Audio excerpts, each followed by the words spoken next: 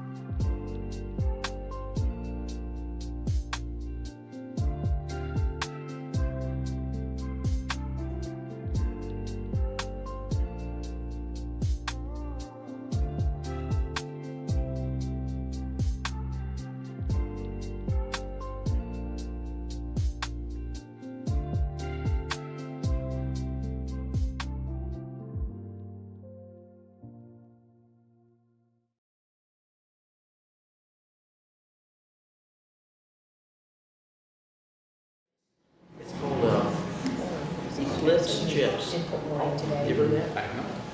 All white chips. They got a new thing. It's called Eclipse chips. I'll go over here. Hello, good evening, everybody. My name is Craig Spicer, and I'm with the Wood County Park District. Thank you so much for coming to WW Night Nature Preserve for this installment of a Base Camp Stories series. So a little info about the series, if this is your first one, it is 6 programs. We've already had 2 in December, and this is our first of January. But I like to invite people who live locally, who call Northwest Ohio their home, who like to go on big adventures, or at least find big adventure, whether it's close to home or far away, either across the country or across the world. But the biggest point of all of that is I hope to inspire other local Northwest Ohioans who call this area their home, who call this area their base camp, to help them realize that adventure is possible. You can get started with your Wood County Parks or your other local natural resources management organization or other park district, whatever. And I just hope to inspire you, and well, not me, because I'm not doing much of the talking. I hope that my adventurers that I invite can inspire you, to educate you, and hopefully instill a little bit more passion into the great outdoors into you to carry with you through the future. So a little bit about today's speaker. Harold Brown is very near and dear to me. He has been a confidant, an incredible supporter in a volunteer capacity and a personal capacity to me and the Wood County Park Districts for as long as I have been working here, which I'm going on my 10th year, but enough about me. Hal Brown has been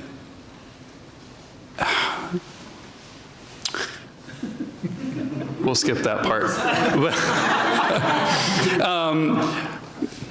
little personal thing there. We're going to pocket that. But he's received accolades from the National Association for Interpretation, both in the regional level and the national level, for most outstanding volunteer of the year. And a part of that has to do with his passion for doing stuff like this. I can't really steal any thunder from Hal. He brings it all himself. And he's going to be talking about one of my favorite places on Earth, Yellowstone National Parks, and of course, one of the coolest animals in the world, the gray wolf, and how he was able to help bring awareness and help the Ecology project of their success. So, without further ado, everybody, Harold Hal Brown.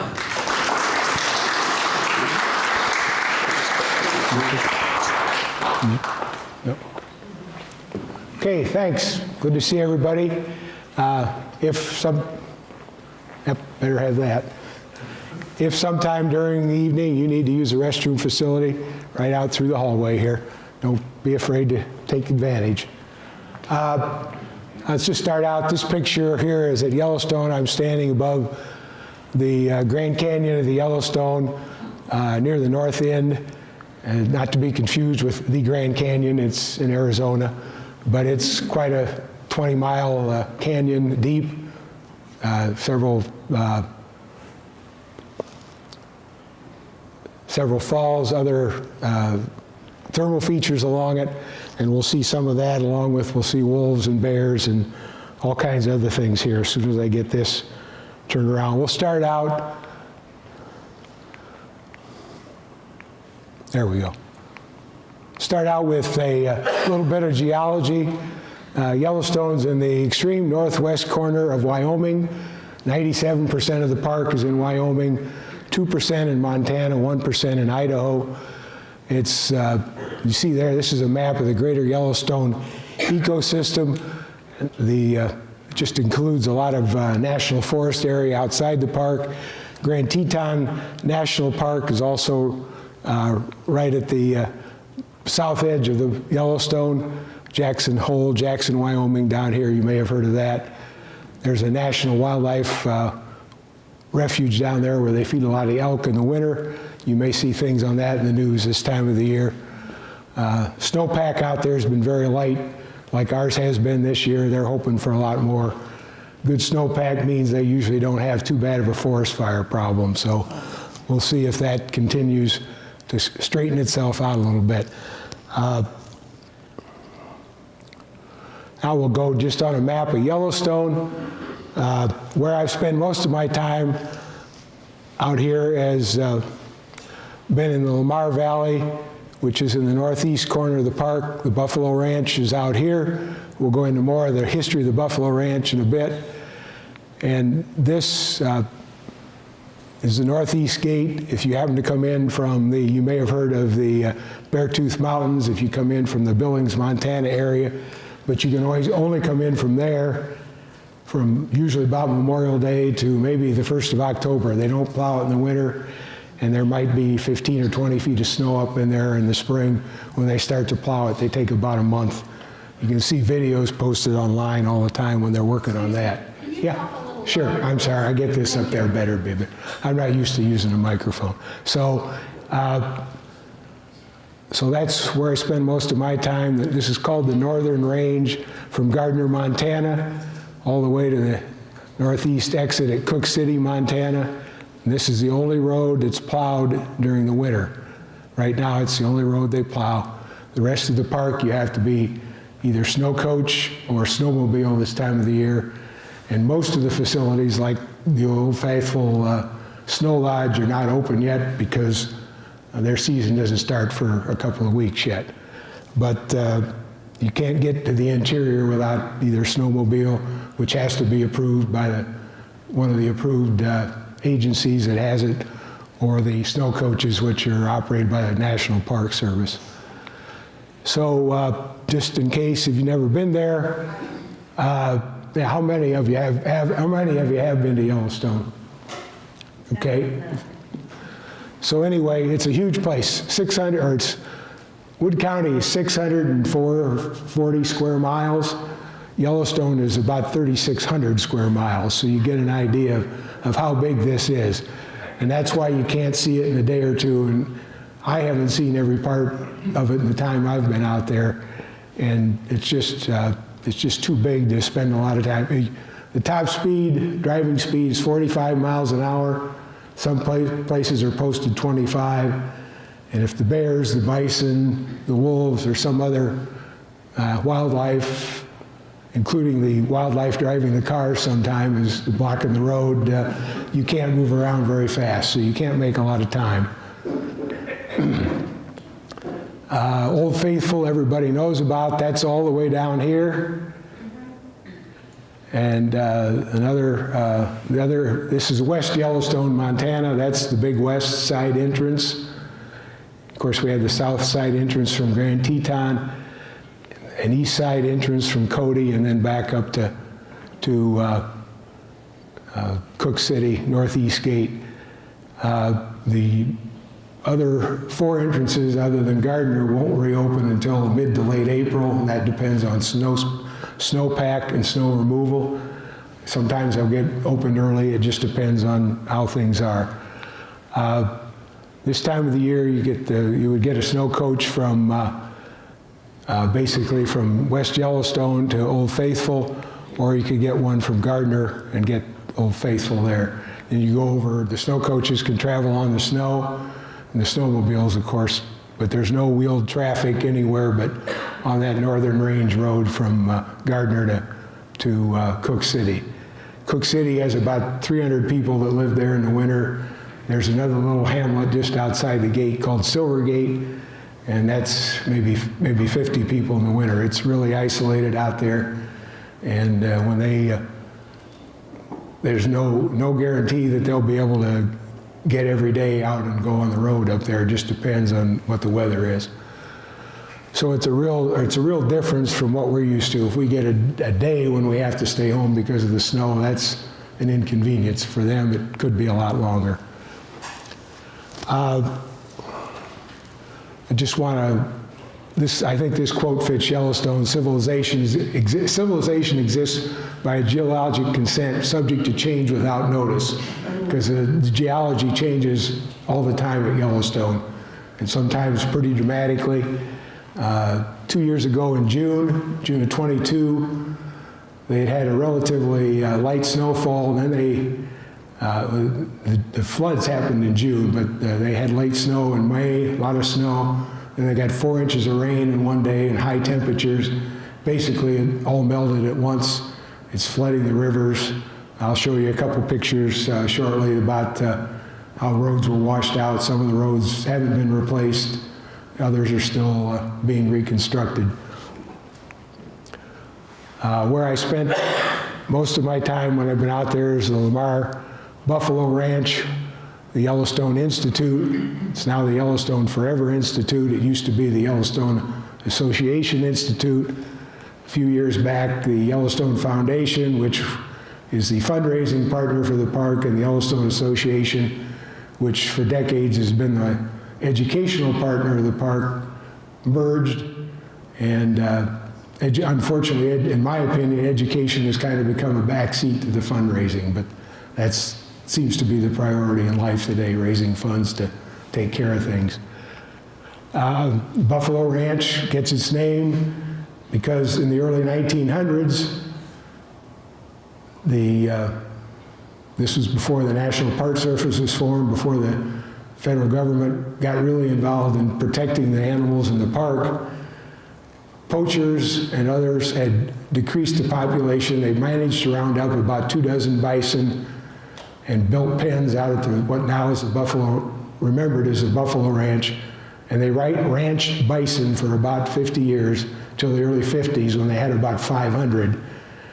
Then they stopped ranching bison, just let them roam the park. Now it runs between 5,000 and 6,000 bison a year, and there's been a lot of controversy lately because they try to keep the herd down to about 5,000. Otherwise, it begins to graze too much and then not have a good effect on the environment there for the longevity of the bison. So they've been doing some bison slaughtering, and that is the meat isn't wasted. The Indian tribes get it, other food banks get it. So, but it's still very controversial because some people don't think they should be slaughtered at all or controlled. And that's another whole story with Yellowstone over the years. We'll get that too. In the background, you may see, if you're familiar with solar panels, the ranch is 11 miles from the nearest power line. We do have a telephone line there, but the ranch is self-contained. The solar cells feed a bank of about 250 former Toyota Camry batteries. And also there is a trickle charger. A creek called Rose Creek flows through the edge of the ranch. There's a trickle charger on those batteries that's in the Rose Creek that helps top them off. And in emergencies, there's also a propane generator that can be run to power the ranch. So we don't have a whole lot of power. There's no, the stoves are propane fuel, and there's one microwave. You can't bring your crock pot or anything. There's just not enough power to run it. And the buffalo know that it's named after them, and they're there frequently and make themselves right at home. That's a little hike up Ranger Hill, which is immediately west of the ranch, and that gives you an idea of what's there. The area down here, these are two Ranger residents. The bunkhouse building is there. It's now used as two classrooms, a common kitchen for all the people that are there, two small restrooms, and a front porch overlooking the valley. That's the best front porch in the world as far as I'm concerned. A couple of buses we use. There's also a barn back here behind the tree and a corral. The Park Service keeps horses there in the summer to go into the back, for the rangers to go into the back country and do maintenance and patrol. The rest of the buildings are all modern, 2 and 3 person cabins. That's a wash house. It's probably the best wash house in the park. The floors are heated, and it's just a great place to be able to get yourself cleaned up. Can't get that kind of service anywhere else in the park. The bunkhouse, that's just the entrance from the other direction.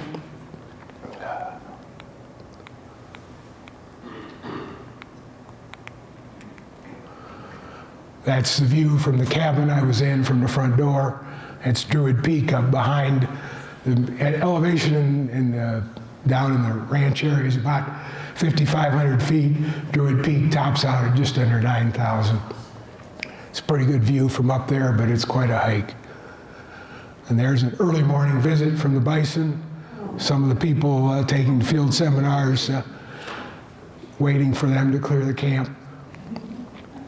One of the smaller residents, a Uinta ground squirrel, they show up in the spring. They start hibernating mid-August, but the thing about them, if you listen to them in the summer, they do squeak and peep a lot, and the noisier they get, then you know there's some kind of a predator in the area. That's a view from the ranch out into Lamar Valley, late summer, towards sunset. Another view in May, when we still get snow. But you should know if you ever go out there, you can get snow any day of the year. The elevation's up to 10,000 feet in some places in the park. Wise thing to do is take layers so you can shed them as the day warms up. It can get pretty hot, 85, 90 degrees, but in the mornings it can be 35, 40 degrees any day of the year. There's the aforementioned Rose Creek. It's pretty small there in the spring when there's runoff from the mountains behind. It's much bigger. You can see the valley, and there's bigger than that little creek that day. That's where also the water source for the ranch. When you see these or you're around the thermal areas, stay on stay on the path, because they could break through anytime. You sometimes see animals, bison especially, break through those. This is Norris Geyser Basin. It's north of Old Faithful. It's just really a, you can see the steam coming off the pool there in the spring. And there's also a lot of sulfur smell there because it's just very concentrated. It's also the home of Steamboat Geyser, which is the largest geyser in the world. Everybody knows about Old Faithful, which is truly Old Faithful every hour, hour and a half. You can get online on the NPS website, Yellowstone National Park, and hit the webcam page, and there's a webcam there for the Upper Geyser Basin where Old Faithful is. When the Visitors Lodge is open there, they have the predictions for the next eruption on there. You can watch the eruptions live. And they'll also focus that on there's many other geysers in that basin, and if there's somebody there to run the camera, they'll move it around and focus on the other geyser basin, the other geysers that are there. Steamboat, that says this was taken in, I think, 2017. Said it hadn't erupted in 3 years. It's become much more active in the last couple of years, and it's about 300 feet when it's going off. On a regular basis, that's what it looks like. Not very impressive, but it's active, just doing something all the time. Okay, now we're going to start to get into the wolves here a little bit. This is the Ranger Hill from right in front of one of the cabins. And the bison, other animals, mostly bison, will go over that into the valley, in and out of the valley. They don't always stay in the valley. They'll go off. The grass is really greener on the other side of the hill sometimes if they've mowed it down in the valley. But they like to be down there when they can be. Anyway, you see a herd going over. There's a couple of, this is later in the summer. It's very, very brown.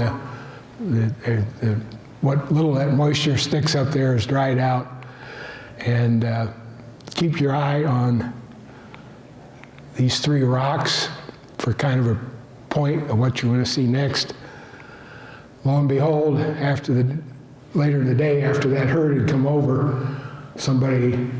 one of the people at the ranch looked up, saw this bison dead up there. And it's not unusual for us to see bison, not up here dead, but out in the valley dead for any kind of a reason. Sometimes it's natural. Excuse me. Sometimes it's a matter of when the bison, the bulls will headbutt, kind of fight over territory or whatever. And we don't know whether that happened because this was during the rut, which starts in August. And there might have been a competition up there for a female bison. I don't know. We didn't see it happen. But what was unusual here, this bison laid there for about 2 weeks before the predators showed up, the prey showed up.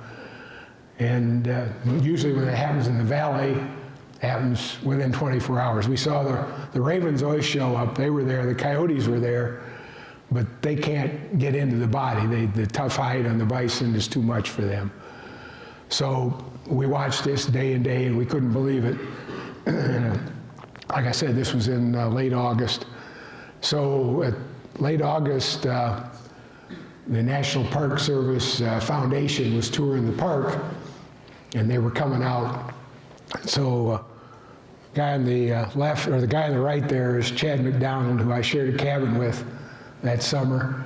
And the next guy is Dr. Doug Smith, who was involved in the reintroduction, heavily involved in the reintroduction of the wolves, just retired last summer after about 38 years with the Park Service. And Chad's telling him the story about this bison laying up there for a good 10 or 12 days. And of course he puts his binoculars on it and looks at it. I don't remember if he told Chad what he thought or had never seen that, but the other guy there, his name is Rick Wallen. Well, he's another wildlife biologist, but his specialty is the bison. So He was talking to two of the best experts you could find. And still a couple days after this event took place, we were watching, and finally, in the morning, we see a grizzly sow and two two-year-old cubs up there. They'd come up in the night, most likely, and they got the carcass open, and they fed there, came and went for a couple of days, and then later, you see a pack of wolves. That's got to be the Junction Butte pack because they hang out on the northern range between Tower Junction and the east edge of the park at Cook City. And at this point, we're down to bones. And when I was taking this picture, we were listening. We could hear the bones cracking up there with the wolves working on what was left. They were getting the marrow out of the bones.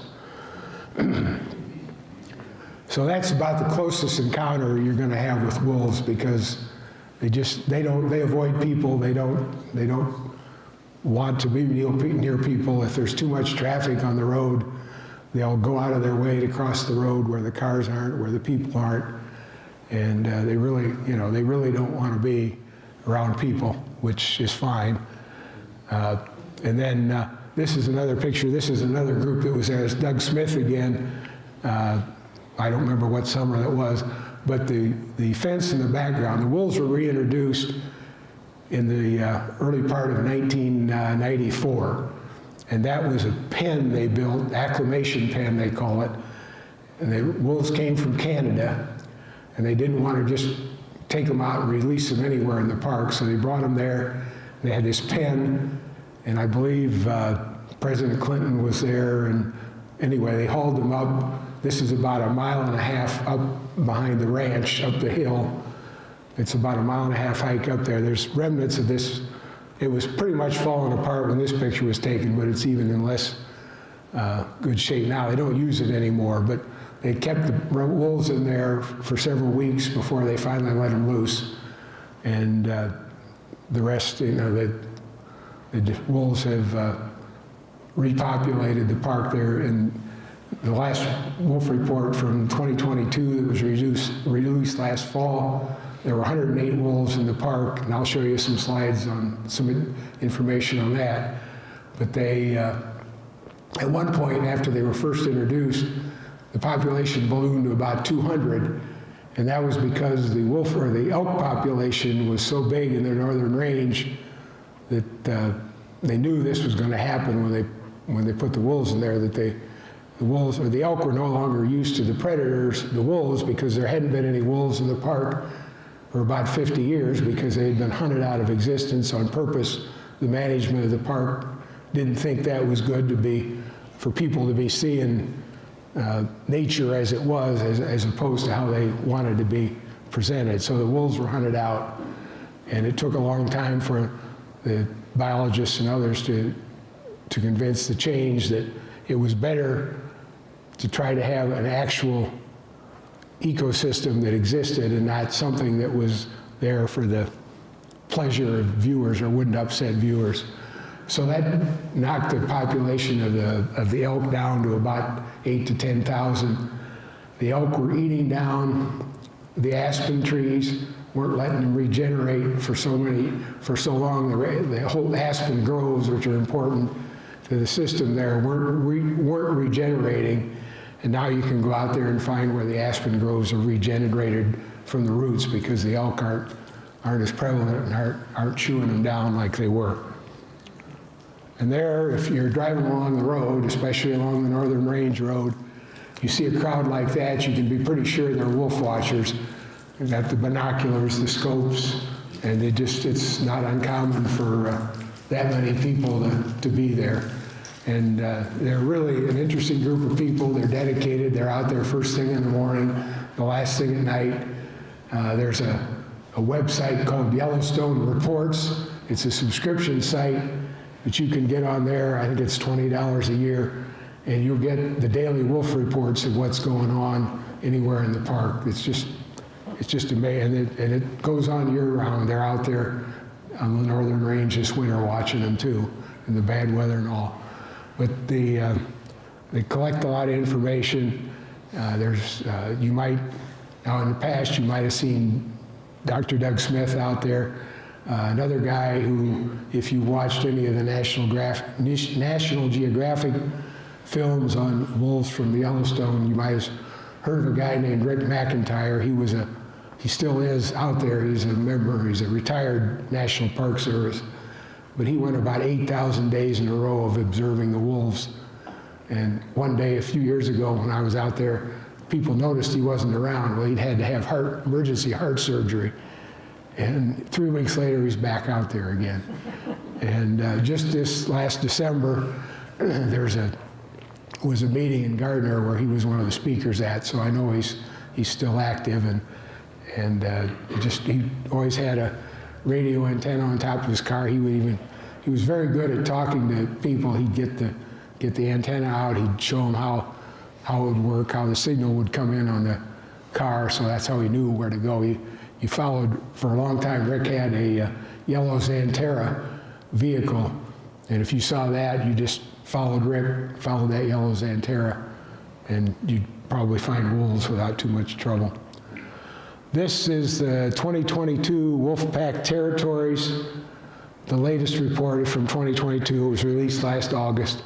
You can find this online. You just Google Yellowstone wolf reports and you'll get a whole list. They put one out every year.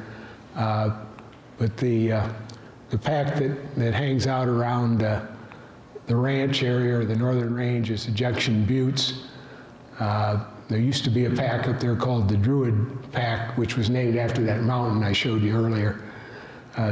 Junction Buttes are still about the largest in number of wolves. A couple of these packs just have one or two. I don't know how you can call that a pack of wolves, but that's the term we use, so they use. And this gives you the population, adult pups total for the different pups that were around there, or the different wolves that were around there at the end of 2022. And that was 108 total for the park. A lot of these groups can't be observed at all because they're in the backcountry. I'm going to go back a slide here, I hope.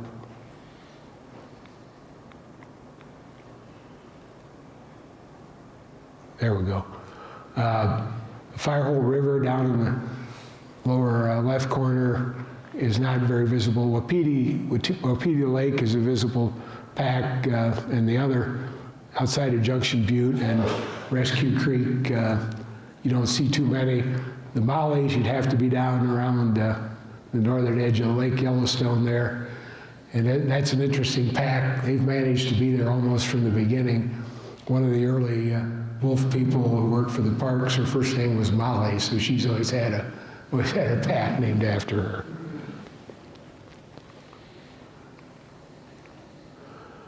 And somehow I come up with a selfie on bear spray.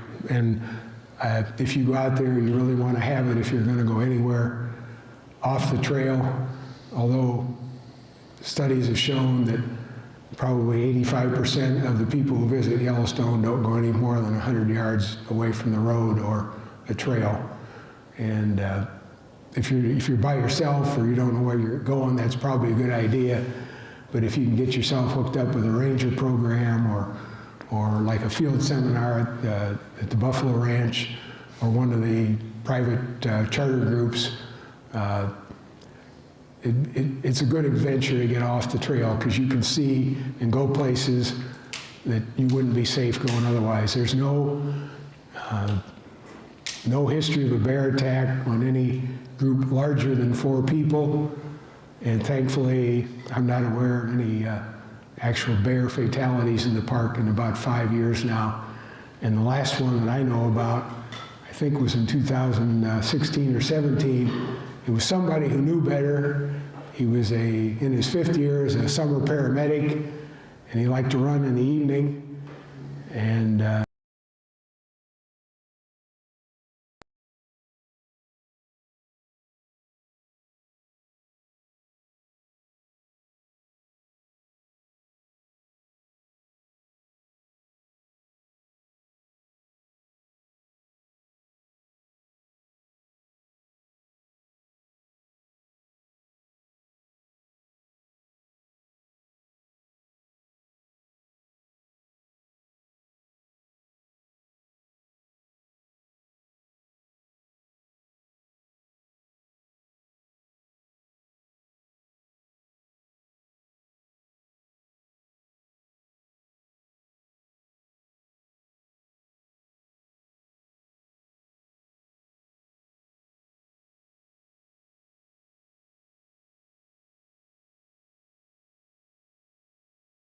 come here. So I was very surprised to come home and find out that that's where they were.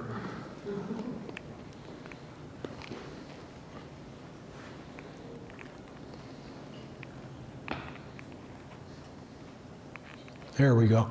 All right, bear scat. Use my foot for an example. I was just on a hike one day with a group. So you know, that's pretty fresh. And so we were on extra high alert. We all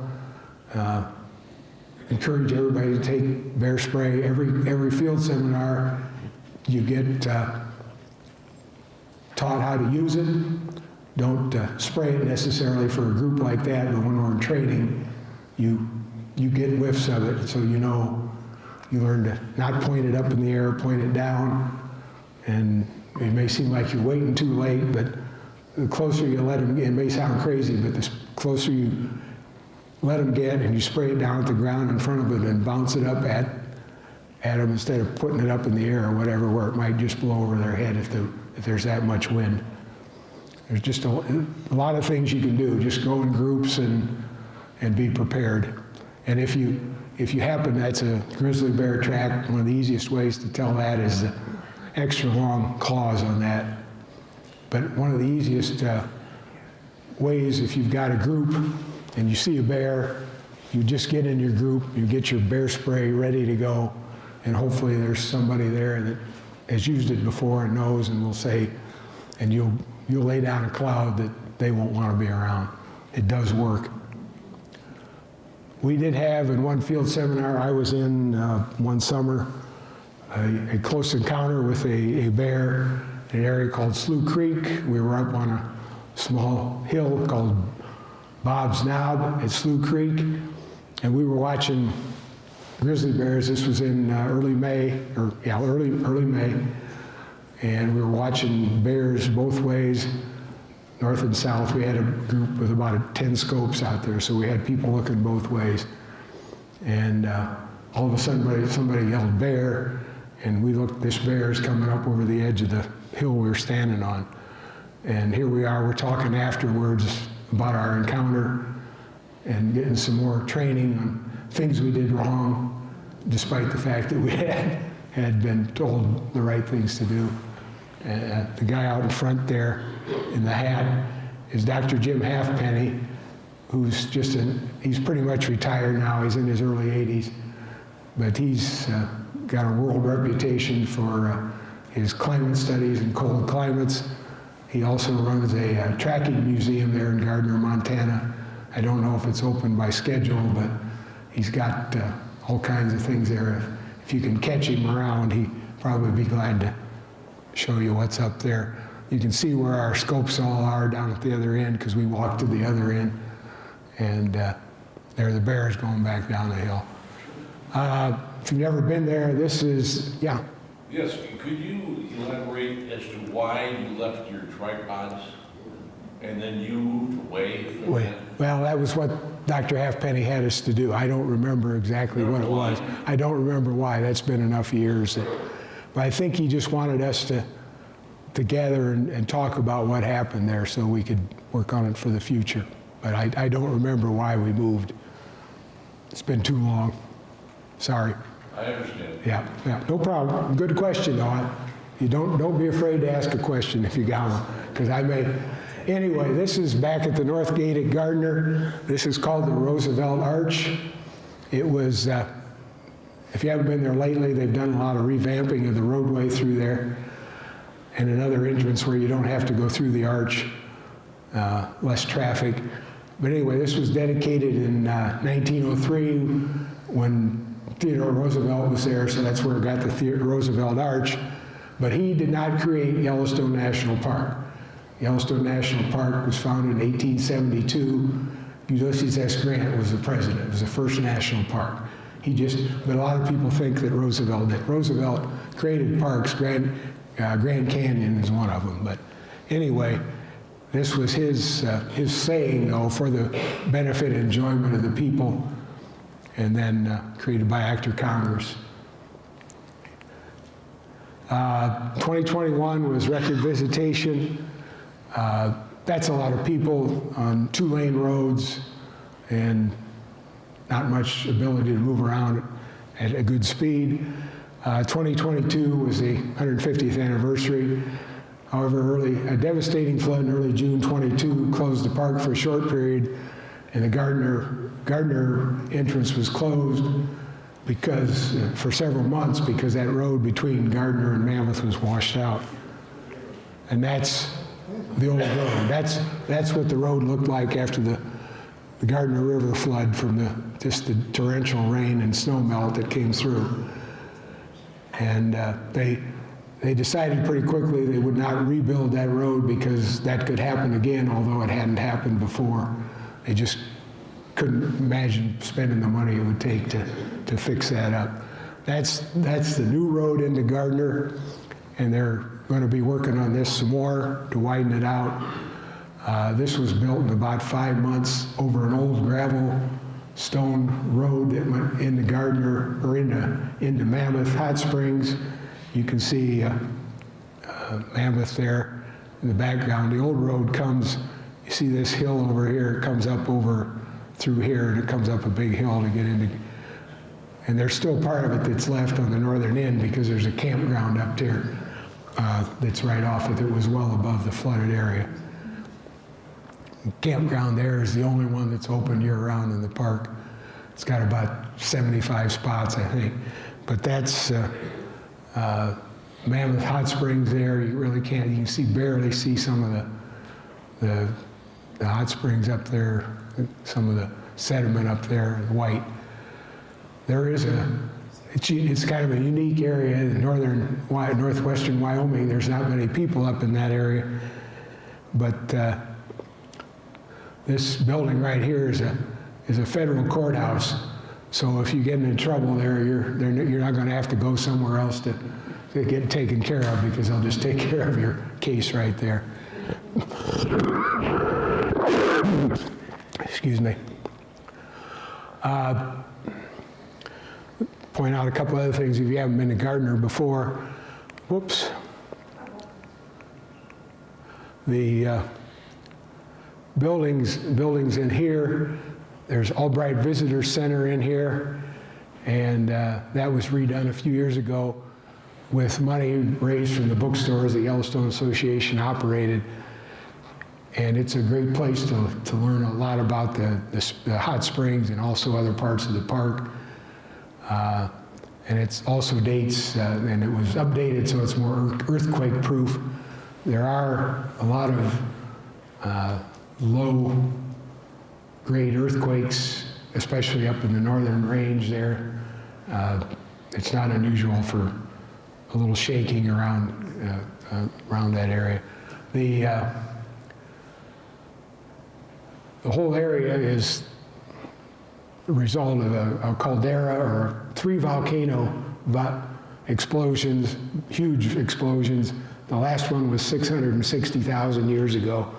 2 other ones before that. In a little bit I'll show you a map. It'll show you how big the caldera of the volcano is, the last volcano. And that just helps explain all the other pools and springs and geysers that are in the park. Like I said earlier, weather can change. This is a grapple storm in early August, I think. Melts pretty quickly because it warms up, but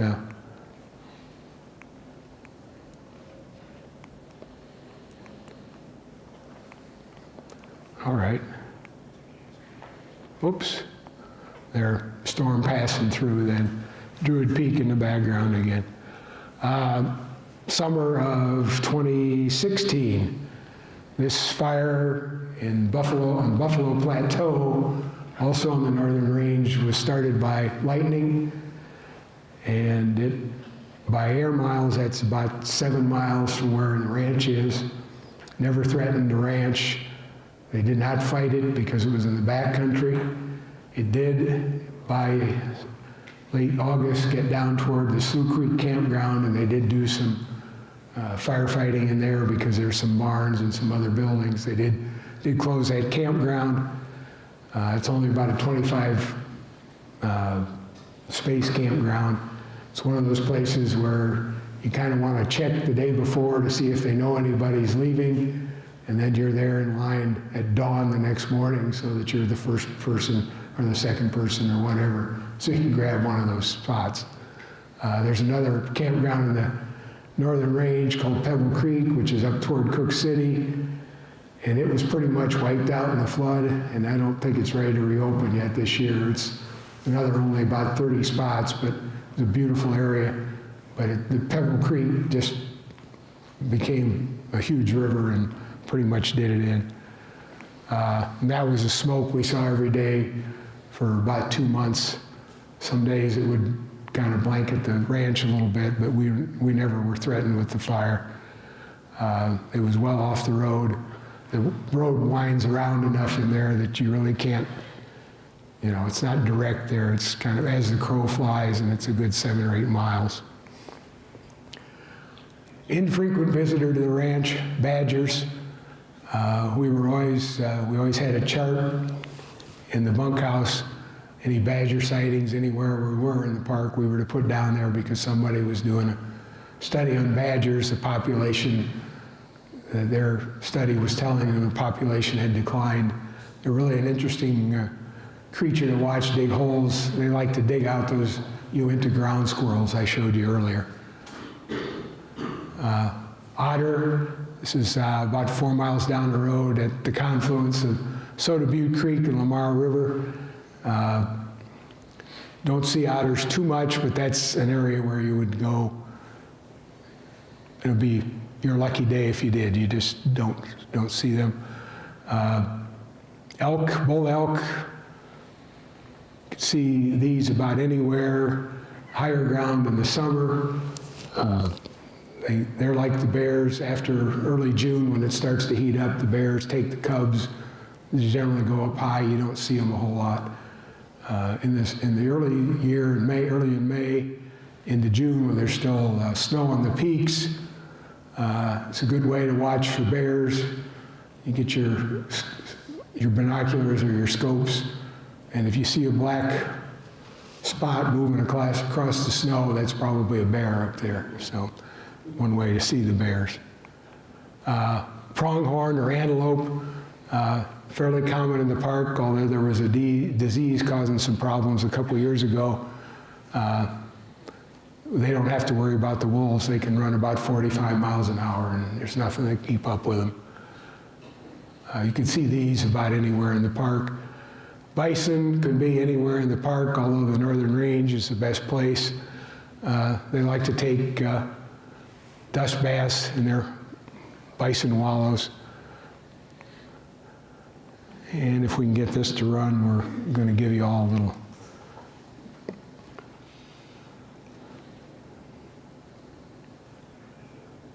Yeah, there you go. Thanks, Craig.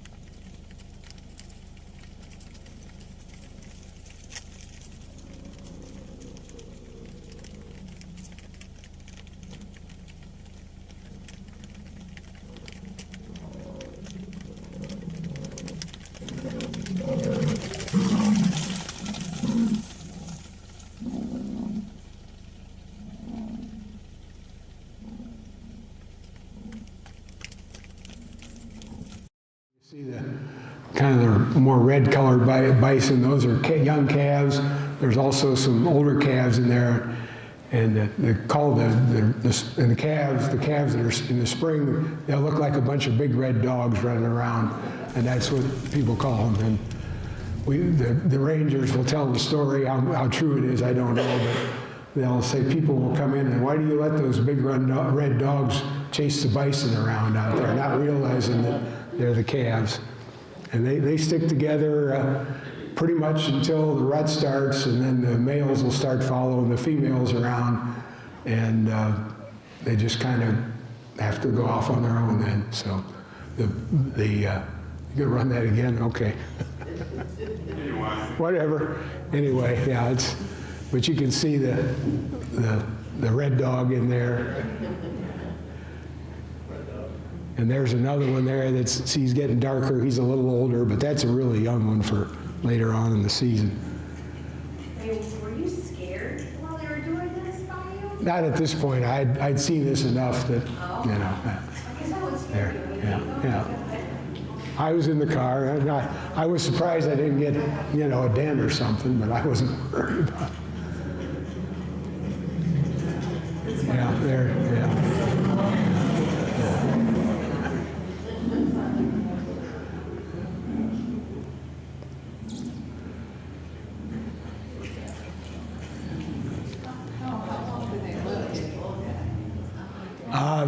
Bison, 10 or 12 years. They've done, there are some, they do collar almost every species, the larger, the charismatic megafauna, as I like to call it, the bison, the bears, the wolves.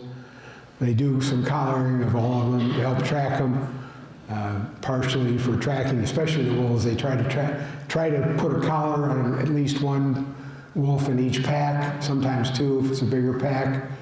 They collar bison, they'll collar bears. It's kind of a funny story. We had also at the ranch when there are field seminars in the fall and winter, they'll have junior high, middle school groups come in, high school groups come in.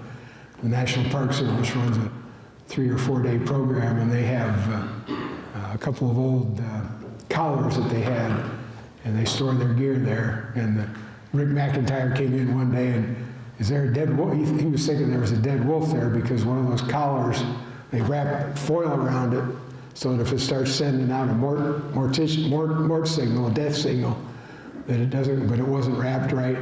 And we found that collar in one of the cabinets where they kept that stuff. So anyway, they thought they had a dead wolf and they just had a dead battery. The bigger bisons, what do they weigh? The males can run a ton, the females 12 to 1,500 pounds.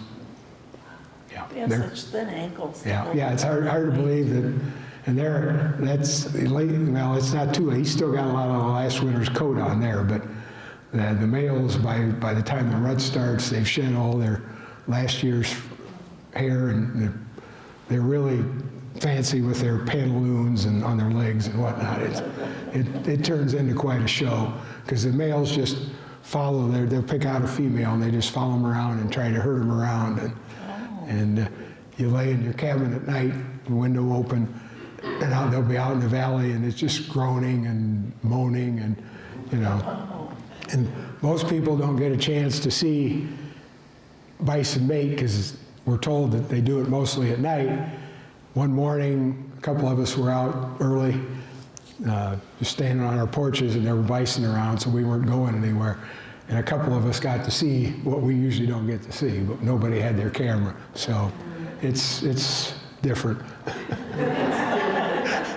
And for a familiar face for all of us, the robins, they love to build nests around the cabins at the ranch. Sometimes there's 2 or 3 nests on different corners of the cabins. This one happened to build theirs above a windowsill. And I don't know how it ever got that far with that cabin being used almost every day, but they put up with it. We're used to people, so. And we use the robins too to, sometimes there's weasels or other small animals that will prey on birds around the ranch. And the robins will sit on the rail by where the horses are in the corral, and they'll be making sounds. And if you look around, you can see you can find a weasel or something that's hunting around. So they're just kind of giving the signal that, be careful that they're. This is another bird you don't see very often out there. It's called a dipper or a water ouzel. they dive for the macroinvertebrates that live in the river there. This is in Warm Creek, which is up toward the northeast gate. And we were there, this was in September, and we were there just to see what we could see, and we stood there and we watched, and there's this dipper, and we must have watched it for 20 minutes there. It's just, if you've ever read any of John Muir's books, his Mountains of California, he's got a whole chapter in there on his observations of this bird. It's really interesting. And there it's dipping down a little farther. That's an immature golden eagle. We'd watched, a group of us had watched it in a snag, a dead tree along the Lamar River. Finally it took off and managed to have the camera set on the sports setting, which fires off several pictures, so I got a halfway decent shot. If you're into wildflowers, if you're there at the right time, usually this is up in the Beartooth Mountains, where one of the classes, field seminars I worked, was all about native flowers out there. That's Indian paintbrush, and that's another kind of an orchid in another place. That's there's two frogs there. This is called a Colombian frog. This is one of the two. Fritillary butterfly, which you might find here. Mountain bluebird, which I think are just beautiful with her. And then this is at the ranch again, backlit, sunset, backlighting the clouds.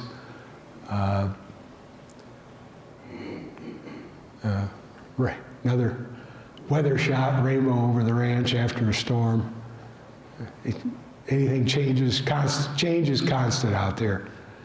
And there's a snow bow, you might call that. You could barely see it, but it was a frosty morning, probably early September.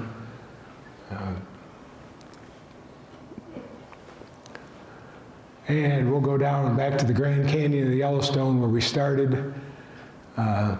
Varies 800 to 1,200 feet in depth, 1,500 to 4,000 feet in length and width, 24 miles long. Upper 2.5 miles is the most colorful. There are some trails along there to walk up on the edge. They have closed a place called Uncle Tom's Trail, if you've ever been there before. It's just the trail is just kind of weathered away. They decided it wasn't worth trying to replace it. Got other things to spend money on to keep up. And it's quite a hike in and out of the place. That's the lower falls there. And it's not if you get the right shot with the right sun, there's quite a rainbow of color. There's some color down there in the bottom, but I've seen much better shots of that rainbow than that. Farther away. There's a place called Artist's Point. A lot of artists will go up there and paint that. There's a sunset from the ranch. And a Rachel Carson quote, "Those who dwell as scientists or laymen among the beauties and mystery of the earth are never alone or weary of life." And you're never weary of life if you're Yellowstone, as far as I'm concerned. That's it. Any questions, comments? Frank? You mentioned the caldera. Yeah. I noticed on the first map you had like a big red dot line. Right, yeah. Is that the... No, the caldera is a dark. I'll go back and see if I can get back there. I forgot about that when I had that map up. I'll just go back.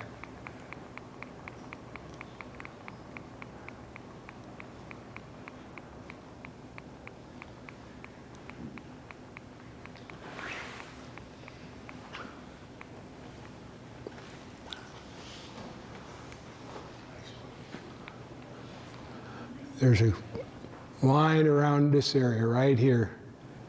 Shows you the caldera. Includes Yellowstone Lake. Is that a natural lake, Yellowstone? Yeah, it's natural. And people, you might recall a few years ago there was a report of a oil spill in Montana in the Yellowstone River. And people thought that would threaten the park, but the Yellowstone River flows north out of the park up into Montana and eventually gets to the Missouri River, where it dumps into that, and then it dumps into the Mississippi around St. Louis. So sometimes you hear people say rivers never flow north, but they do. And if you live in this area and you don't know that, then you do now, because you've got Sandusky River, the Cuyahoga River.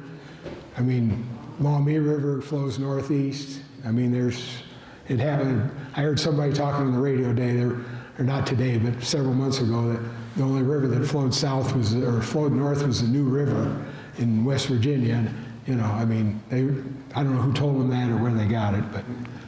They'll give anybody a microphone. Yeah, right, yeah. So, let's see. So yeah, I think that was the one you were looking for. yeah, there's that outline. And here's the Old Faithful dot. Yeah, this purple dotted line is the caldera. If you come down here from Tower Roosevelt over Dunraven Pass, that pass is 8,900 feet. And there's also Mount Washburn there. That's a great hike at Mount Washburn. Pretty easy to do once the snow melts, in terms of, you know, if you want to hike. What's your favorite hike? Anywhere off trail. If you go out with a field seminar, you can get off trail much easier and get anywhere. You go up here on this side, this is the North Ridge, and there's a Buffalo Ranch. You come down here, Specimen Ridge runs along here. Great hike across Specimen Bridge, anywhere up there. You can turn around, go back. You don't have to do I've never done the whole 21 miles, but you can go up and do part of it. And yeah, there's all. Where you were staying, is that where the majority of the buffalo bison were? Well, no, they could be anywhere in the park, but you can always be sure to see some, at least some, up in the Lamar Valley. So they have their own kind of herds? Yeah, they're matriarchal herds. Female run the herds. Usually once the mating season's over, the bison will go off, boys will go off by themselves or in small groups. Yeah, and it's yeah. What's that? Yeah. You don't see the bull elks will do the same thing. Let's see. Yeah. So, like I say, Old Faithful all the way down here. There's hotels at most of the, like Old Faithful. There's a big campground at Madison. There's hotels at Mammoth and in Gardner. Inside the park. If you're going to plan a trip, you want to start a year ahead of time. Xanterra, Z-X-A-N-T-E-R-R-A, an organization that also books for the Ohio State Parks. That's who does Yellowstone, and they run most of the concessions and things out there by contract. But they open the next year. It's sometime in very early June. You could just get on the Xanterra site and it'd probably tell you.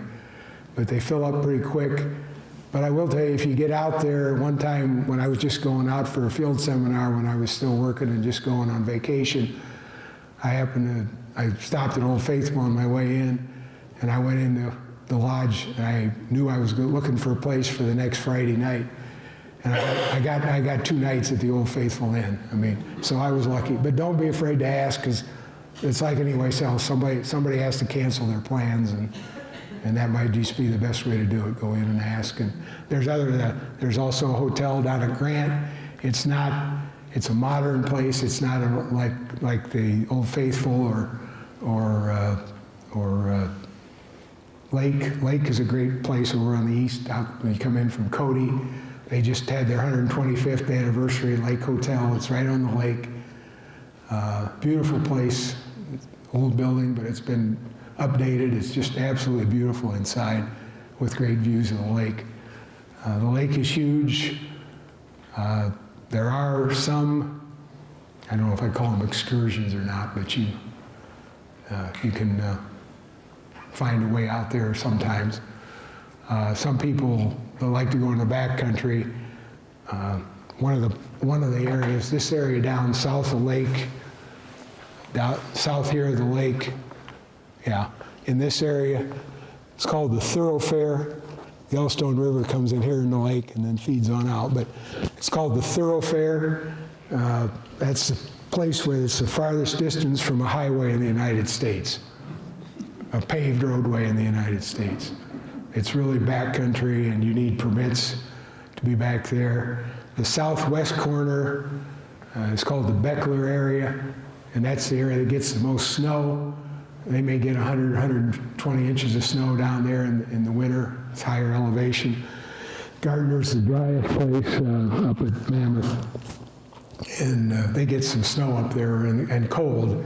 40 degrees below zero is not uncommon, especially out along the valley. And but Gardner usually gets the least precipitation in the park. Any question? All right, yeah, that bison that you showed early on, laid dead up on the hill. Yeah. Wasn't there any vultures around? There are black vultures out there, but usually I didn't get a picture the first day. The ravens and the coyotes were around, but they can't get in that tough hide. Right. Yeah. So, but they were around, but there are other. We never have been able to understand why the large predators. Normally a vulture's your first one on job. Yeah. But there was no opening in the body apparently, and it's up there. The only thing we could think of was because it was high up as opposed to down in the valley where the air might move around more. There may not have been circulation down. Yeah, the updraft might have done. But once that grizzly sow found it, it was all over. It just took almost 2 weeks, and we'd never seen anything like that out in the valley. And the other thing I didn't mention, I didn't have a picture of it, but if you hear somebody talking about a bison funeral, you have to see one. Once you see it, you'll believe it. But often when there was a bison that was dead in the valley, there would be a group within a day or so that would gather out there, maybe 50 or whatever, and if the wolves or anybody tried to come in there, they're running them off, and it was a vigil. I mean, it was their way of honoring one of their own. And people say they don't believe it. Well, I hope you see it because it happens. Yeah. Is this the one place in the United States where it's the largest population of the wolf? Yeah, it is concentrated. There are other wolves outside of the park. There's no fences on the park in terms of when it comes to the animals. And there's been a lot of controversy because Wyoming and Montana will let you hunt the wolves. A year ago, or in 2022, that's one reason the wolves were down to 108. There were a lot of wolves taken. The hunters would sit outside the park and they're in national forest areas or wherever they can hunt. And the wolves would go out because if they need food or whatever, that's where they would go to find it. And that's another thing. The bison go out sometimes in the winter if the winter gets really rough because it's lower elevation and they can find more food. But the Montana stock laws say any bison that goes out into Montana can be captured and killed. They're afraid of the spread of brucellosis, but the matter of fact is the elk, they don't care about the elk because the elk are hunting, generate money. But the elk, ungulates, elk, bison, deer, moose, whatever, can spread the brucellosis, but all the brucellosis cases, the last report I saw, were being blamed on the elk, not on the bison. But the stock people don't want the bison out of the park, so that's the way the law is. And every state can set their own laws. Colorado has got some wolves now, and they're having some battles over, so. They bring those wolves into Colorado, or they just kind of I think they might have tried a few years ago, but I think now they're just showing up because they've had other wolves in other places out west that they weren't before, hadn't been in a long time. So it's controversial. People didn't like the elks in the park because they took the elk population in the park down, but it certainly has brought the aspen and some other things. There's now beaver in the park too, and that's a sign, according to the scientists, Doug Smith will tell you that's a sign to them that more beavers in the park, more beaver ponds and dams shows that it's a more healthy ecosystem without all those elk running around. Frank? I've heard of I think it's called the keystone species. It Yeah. kind of controls the ecosystem. Yeah, right. The wolf, The wolf would be the keystone or the apex out there in that area, yeah. But there are some mountain lions in the park, not very often.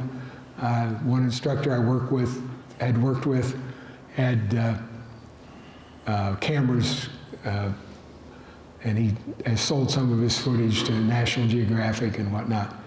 So there are other critters around, but I've never seen a mountain lion, but they're around. Another question here? Yes, sir. Would you care to comment on what you see as there's certain people that have called Yellowstone as being loved to death. What would you say to the visitor? Are they going to limit it like Rocky Mountain National Park? Is this something foreseeable? I've heard it talked about out there a lot for Yellowstone, but nobody can seem to come up with an agreement. I know I've been to, not Yosemite, but Zion. Zion has, several years ago, they introduced a bus service, and that seemed to go over pretty well. But Zion, it works because it doesn't have as many entrances. You've got 5 entrances at Yellowstone. But I agree, it is being loved to death because people, 4 million people in that area going through all the time. And if people aren't cautious about how they dispose of their food or how they take care of their campsites, you get a bear habituated to human food, and if it becomes a problem, they destroy it. That's not good for the system then. There are about, I haven't seen a number in the last year or so, but at one point in the greater Yellowstone ecosystem, about 4 years ago, they were saying there were about 700 grizzly bears and a few more black bears than that. So I don't know where it stands right now. What I was wondering, they have done a very good job of limiting the people who can, let's say, afford to stay at the hotel. Yeah, oh yeah. Yeah. I mean, they just driven the price up where Yeah, it's just. yeah. So, I mean, if you were able to get a room. Right. You can't afford it. Right. I remember I paid, what's that been? It was 2010 or 11 that year. I think I paid about $250 for 2 nights, and that was a lot of money then. And I'm betting it was $500 or more now. I wouldn't even get close to it today. Yeah, it's very expensive. Even the field seminars I worked with, when I was going out there just on vacation, I could go out and come back and probably not spend any more than, for 10 days, $1,500. That included gas and everything. It's probably at least double that now. And I don't know if I'd afford it if I was still doing that. Yeah. The Buffalo Range that you stayed at, is that something that's specific to people going out there and doing something like? That's specifically for the Educational Institute. Yeah, you have to be in a field seminar.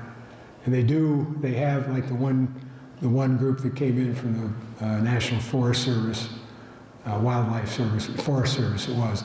They rented the place for a week, but they were government agencies, so they could do that. But it's the field seminars, and then they have the kid program for the middle school kids that the Park Service runs when the 6 weeks in the fall and 6 weeks in the early spring. This is the last national park that we have not done. So Okay. it's like on our list. Yeah.